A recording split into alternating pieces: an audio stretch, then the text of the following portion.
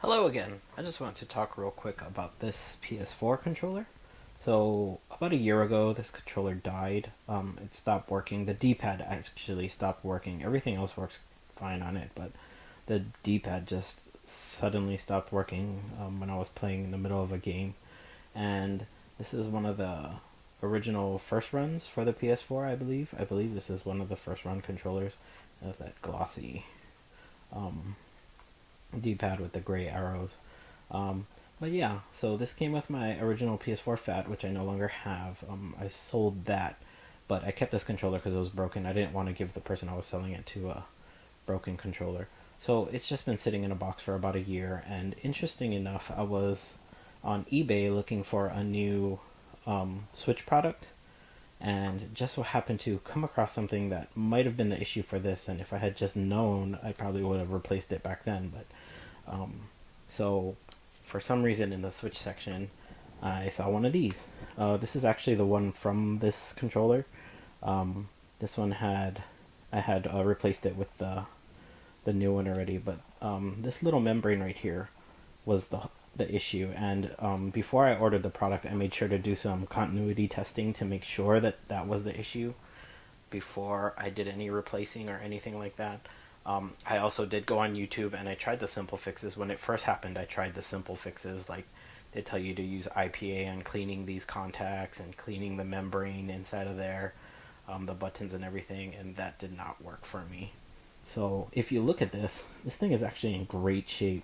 It doesn't look like there's any broken traces or anything, and when I did the continuity testing, for some reason, it's just not registering. If you press a certain combination on these traces, it'll register, but it's not for the directionals or for this L button here. It just, for some reason, there's something faulty about this, and it looks like it's in good shape, but it's broken. This thing is not working. So I had ended up ordering a new one on eBay, and surprisingly enough, it was only $1.69 for the replacement. It is a China one. It does come with two. It comes with this one to replace the D-pad, and it also comes with the one to replace the buttons, which is this. You can see it looks a little different from the one I just showed you. This one is a green color, the other one is more of a bluish color. That's because this is the aftermarket. The bluish one, which is this one, is actually the official PlayStation. Um, the official PlayStation one.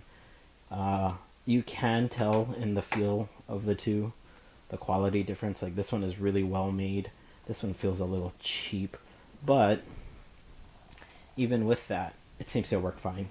I've been playing with it for a little bit, and yeah, had no problems. It fired up right away, and all the directional buttons work, and I was surprised. I was gonna actually order the original PlayStation replacement part, but it was like $8 for this, and I decided to try the China one just in case. I'm not sure if this is going to be a permanent fix for the controller, but it does feel really good. So far, had no issues at all with it. It may wear out in time. You never know. These controllers are prone to issues. But yeah, so let me just show you it working on my Nintendo Switch. I just wanted to show off real quick the PS4 controller working. This is the one that I had just repaired. I just wanted to show it working on the Switch. It's been working great. Had no issues so far. I'm hoping it's going to be a permanent fix because this is a product I got from China for extremely cheap. But we'll see. And if you're wondering how I got this connected to my Switch, I used my Amazon adapter. I actually ended up taking the case off of it like I said I would and just leaving it in here permanently. That's what this is right here. So what I ended up doing was removing the outer shell that was on there. I mean, it fit in there before, but it was kind of a snug fit, and I didn't like all the pressure being put on the HDMI and especially the power cable for the Switch.